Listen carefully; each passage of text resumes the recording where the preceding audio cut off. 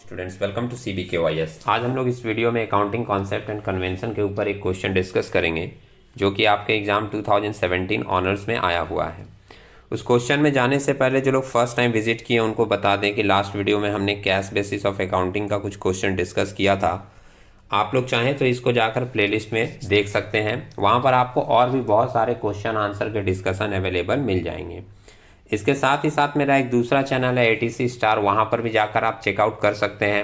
उसके प्लेलिस्ट में भी आपको अपने सेमेस्टर के बहुत सारे क्वेश्चन आंसर के डिस्कशन अवेलेबल मिल जाएंगे जो कि आपको प्रैक्टिस करने के लिए काफ़ी हेल्पफुल होंगे।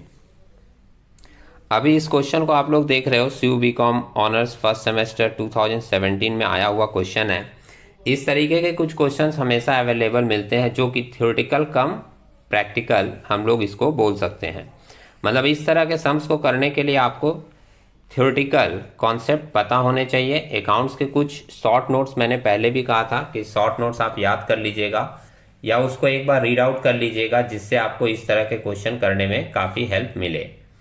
किसी भी कॉन्सेप्ट को जब आप अच्छे से समझे रहते हैं तब उसकी लाइन को पढ़कर आप बता सकते हैं कि ये वाली जो लाइन है ये किस कॉन्सेप्ट या कन्वेंशन से मैच करती है। जैसे एग्जाम्पल के लिए मैं आपको एक दो बातें बताऊं, शॉर्ट समरी जो लोग फर्स्ट टाइम देख रहे हैं उनके लिए बताता हूं। जिन लोगों ने डिटेल में थोड़ा बहुत थ्योरी पढ़ा है उनके लिए ये चीज़ काफ़ी इजी दिखाई देगी।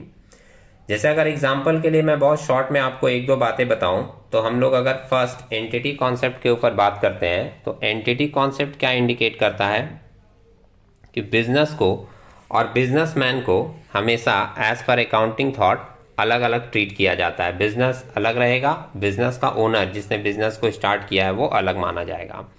एक्रूअल कॉन्सेप्ट जो हम लोग लास्ट में कैश बेसिस और एक्रूअल बेसिस पे बात कर रहे थे, तो एक्रूअल कॉन्सेप्ट क्या इंडिकेट करता है कि अगर आप किसी भी ईयर का अकाउंटिंग ट्रीटमेंट रिकॉर्ड कर रहे हो, किसी भी ईयर का अकाउंटिंग ट्रीटमेंट रिकॉर्ड कर रहे हो तो उस रिकॉर्डिंग में आपके कैश में जितने भी चीज़ें आई और गई हैं वो भी रिकॉर्ड करोगे। इसके साथ साथ जितने भी चीज़ें आपके आउटस्टैंडिंग एरियर ड्यू ये सारी चीज़ें हैं उनको भी हम लोग रिकॉर्ड करेंगे।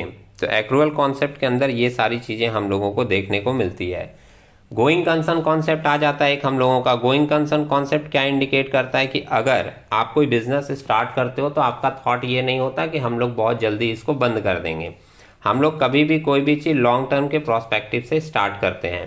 तो ये वाली जो थॉट है, ये जो कॉन्सेप्ट अकाउंट्स में मिलता है हम लोगों को, वो किसके अंदर मिलता है? गोइंग कंसर्न कॉन्सेप्ट के अंदर। इसी तरीके से लॉट्स ऑफ कॉन्सेप्ट और कन्वेंशन आपको अकाउंट्स के अंदर मिलेंगे। आप उसका अगर शॉर्ट मीनिंग भी समझ के रखे हो तो फिर जो भी लाइनें क्वेश्चन में रहेगी उसको पढ़कर आप इंडिकेट कर पाओगे, आप आइडेंटिफाई कर पाओगे कि वो किस कॉन्सेप्ट से बिलोंग करती है। अब एक बार हम लोग जरा इसको पढ़कर देखें। नंबर 1 में मेंशन कर रहा है state the name of accounting concept and convention applied in each of the following cases. जिसमें आप फर्स्ट वाला पॉइंट में देख रहे हो, पिक्चर थोड़ा हेजी हो सकता है लेकिन मैं रीड करके प्रॉपरली बता रहा हूँ, आप लोग केयरफुली सुनिए और उसके बाद में इसको नोट कर लीजिएगा। ए नंबर पॉइंट में बता रहा है recording of capital contributed by the owner in sole proprietorship business as liability. मतलब बिजनेस का ओनर जब कैपिटल लगाता है तो हम लोग उसको लाइबिलिटी साइड में दिखाते हैं। ये किस कॉन्सेप्ट के हिसाब से ये चीज़ें बोली गई हैं, मेंशन की गई हैं। तो आप यहाँ पर साथ ही साथ देख सकते हो नीचे जो सॉल्यूशन दिया है। फर्स्ट वाला पॉइंट क्या बोला है कि recording of capital contributed by the owner in sole proprietorship business as liability is under entity concept. मतलब एंटिटी कॉन्सेप्ट के द्वारा ये वाली बात अकाउंट्स में मानी जाती है या इसकी ट्रीटमेंट अकाउंट में दिखाई जाती है। दूसरा पॉइंट देखिएगा क्या मेंशन कर रहा है। दूसरे पॉइंट में बोल रहा है valuation of inventories at lower of cost और नेट रियलाइजेबल वैल्यू। ये वाली लाइन आपको फाइनल अकाउंट करने के समय काफ़ी बार मिलती है। क्या मिलती है? बहुत बार आप देखे होंगे, आपको बोला गया होगा, आप जहाँ भी सम्स किए होंगे कि जब क्लोजिंग स्टॉक आपके पास दो वैल्यू रहता है, एक वैल्यू मार्केट प्राइस का दिया रहता है और एक वैल्यू कॉस्ट प्राइस का दिया रहता है, तो आपके टीचर या फिर जिस बुक से भी आप फॉलो करके करते होगे या मैंने भी कई बार जो क्वेश्चन डिस्कशन किया वहाँ भी अगर आपने देखा होगा तो आपको बार बार एक ही चीज़ मिलती होगी कि दो वैल्यू अगर क्लोजिंग स्टॉक का दिया हुआ है तो हम लोग उसमें से लोअर वाला वैल्यू हमेशा दिखाते हैं। तो ये जो लोअर वाला वैल्यू दिखाते हैं ये किस बेसिस पे दिखाते हैं, ये अकाउंट्स के किस कॉन्सेप्ट में ये बात लिखा गया है? तो वहाँ पर आप देख रहे हो, यहाँ पर मेंशन क्या किया हुआ है, valuation of inventories at lower of cost और net realisable value is under conservatism concept. Conservatism concept के अंदर ये बात मेंशन की गई है, उसी को फॉलो करके आपको लोग बताते हैं कि हम लोग जो भी वैल्यूएशन फॉलो करते हैं वो स्टॉक का लोअर वैल्यूएशन फॉलो करते हैं। इसके बाद तीसरा नंबर पॉइंट आप देखोगे सी नंबर, तो मेंशन कर रहा ओमिशन ऑफ पैसे and showing the round figure in financial statement. आप लोग ऐसा देखते हो ना कि जब हम लोगों का पैसे में कैलकुलेशन आ जाता है तो हम लोग उसको राउंड ऑफ करके दिखा देते हैं। जैसे 389.4 आया तो हम लोग 389 लिख देते हैं, या 389.60 आया तो हम लोग उसको 389.60 के जगह 390 राउंड ऑफ करके दिखा देते हैं फिगर। ये जो हम लोग राउंड ऑफ करके दिखाते हैं ये किस बेसिस पर दिखाते हैं? मटेरियलिटी कॉन्सेप्ट के ऊपर दिखाते हैं। क्लियर यहाँ पर दिख रहा होगा आपको, ओमिशन ऑफ पैसा and showing the round figure in financial statement is under materiality concept.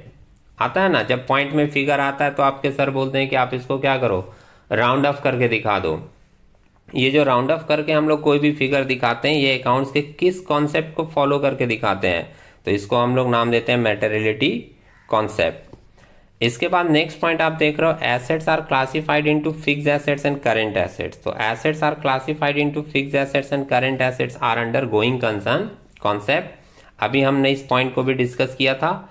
और लास्ट एक पॉइंट आपसे पूछ रहा है कि showing outstanding expenses in the balance sheet. जैसे आपका कोई खर्च बाकी है उसको आप बैलेंस शीट में दिखाते हो, तो ये अकाउंट्स के किस कॉन्सेप्ट में लिखा गया है?